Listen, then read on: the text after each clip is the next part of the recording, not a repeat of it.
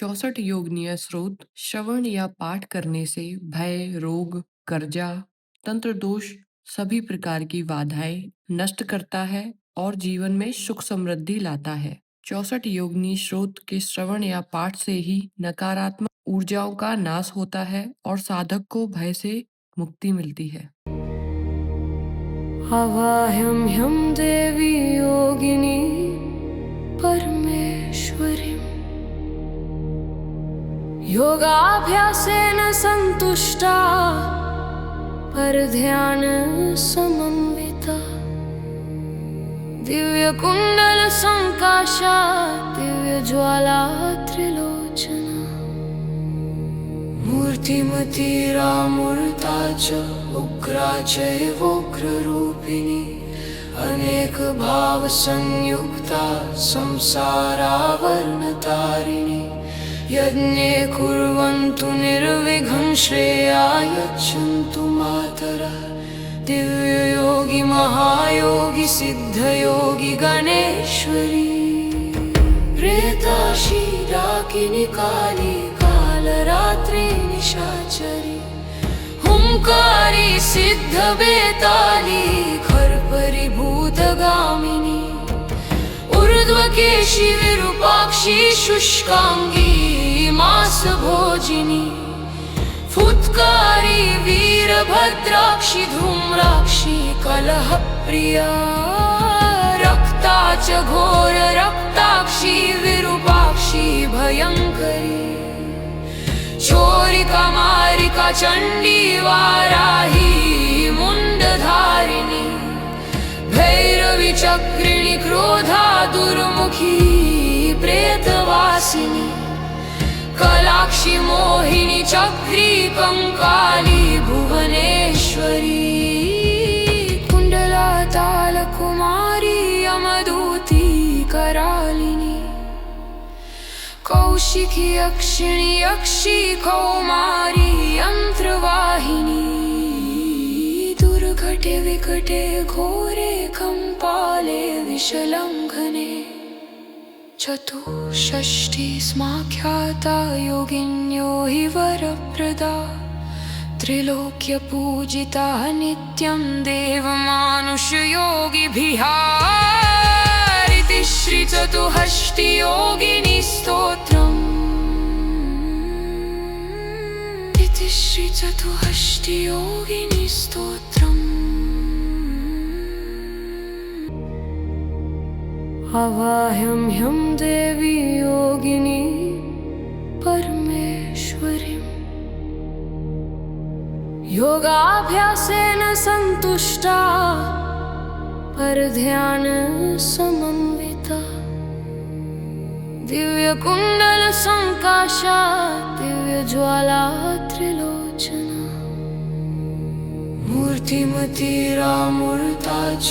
उग्रा चैवोग्ररूपिणी अनेक भाव संयुक्ता संसारावरणतारिणी यज्ञे कुर्वन्तु निर्विघ्नं श्रेयायच्छन्तु मातरः दिव्य योगी महायोगी सिद्धयोगी गणेश्वरी प्रेताशी डाकिनी काली कालरात्रि निशाचरी हुंकारी सिद्ध बेताली खरपरी भूतगामिनी ऊर्ध्वकेशी विरूपाक्षी शुष्कांगी मांसभोजिनी फुत्कारी वीरभद्राक्षी धूम्राक्षी कलहप्रिया रक्ता च घोर रक्ताक्षी विरूपाक्षी भयंकरी चोरिका मारिका चंडी वाराही मुंडधारिणी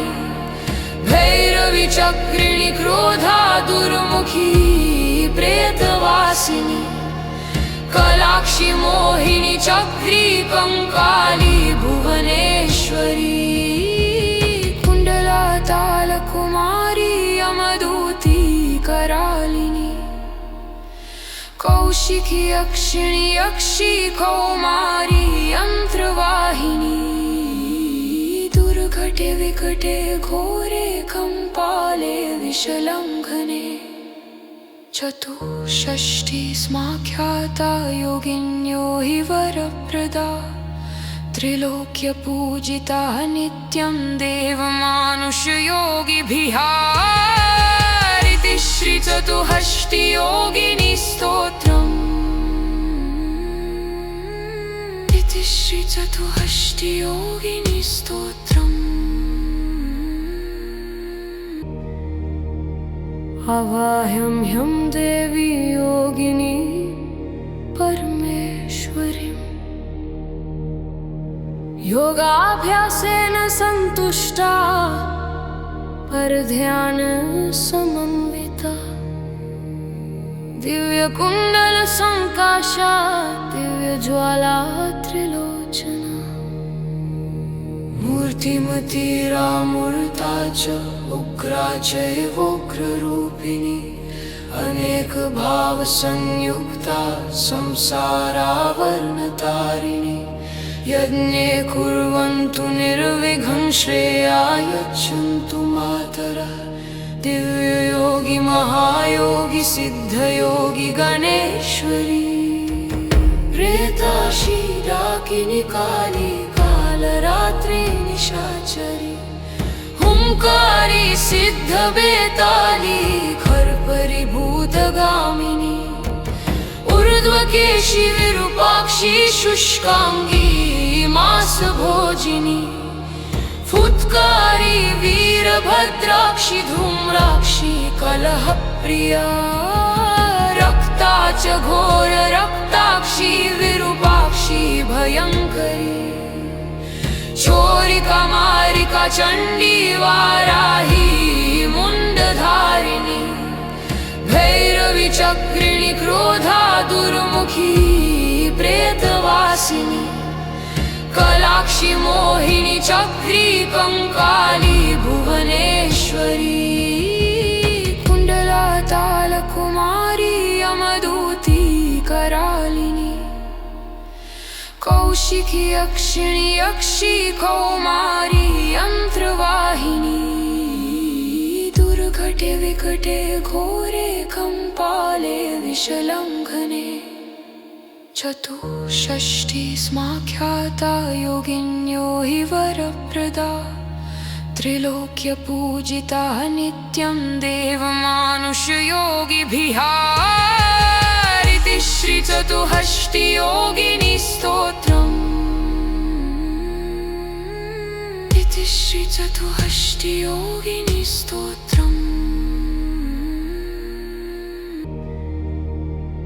आवाह्यं ह्यं देवी योगिनी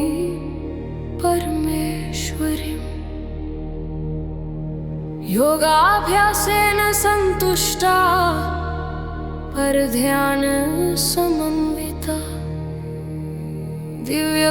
दिव्यकुण्डलसङ्काशा दिव्यज्वाला त्रिलोचना मूर्तिमतीरामूर्ता च उग्रा चैवोग्ररूपिणी अनेकभावसंयुक्ता संसारावर्णतारिणी यज्ञे कुर्वन्तु निर्विघ्नं श्रेयाय यच्छन्तु मातरः दिव्ययोगी महायोगी सिद्धयोगी गणेश्वरी प्रेताशी डाकिनी काली कालरात्रि निशाचरी हुंकारी सिद्धबेताली खरपरिभूतगामिनी ऊर्ध्वकेशी विरूपाक्षी शुष्कांगी मासभोजिनी फुत्कारी वीरभद्राक्षी धूम्राक्षी कलहप्रिया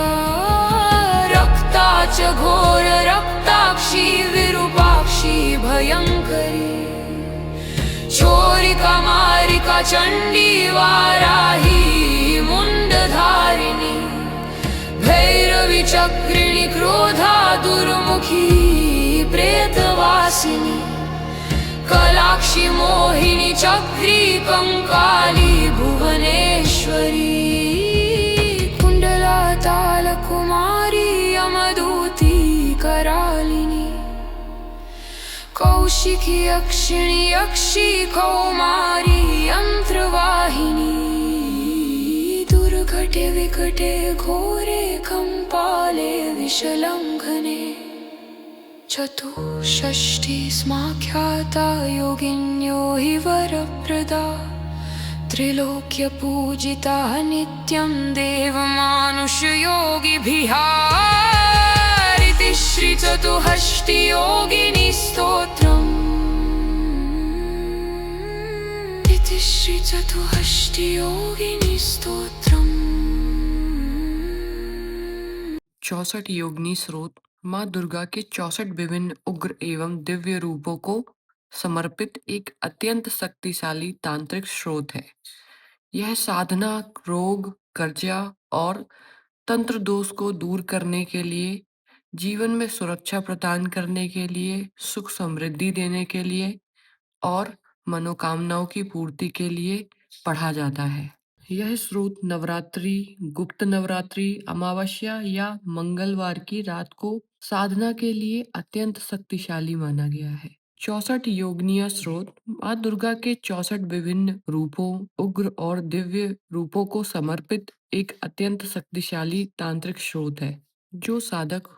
64 योगिनी स्रोत का पाठ करता है या श्रवण करता है, उसे सुरक्षा और बाधा से मुक्ति मिलती है। भूत प्रेत, डाकनी, शाकनी, तंत्र मंत्र और शत्रुओं से सुरक्षा प्राप्त होती है। साधक की सभी प्रकार की इच्छाएं पूरी होती हैं। आर्थिक दृष्टिकोण से 64 योगिनी स्रोत का पाठ करने से या श्रवण करने से धन्य धान की वृद्धि होती है। जीवन में सुख प्रदान करती हैं ये 64 योगिनियाँ।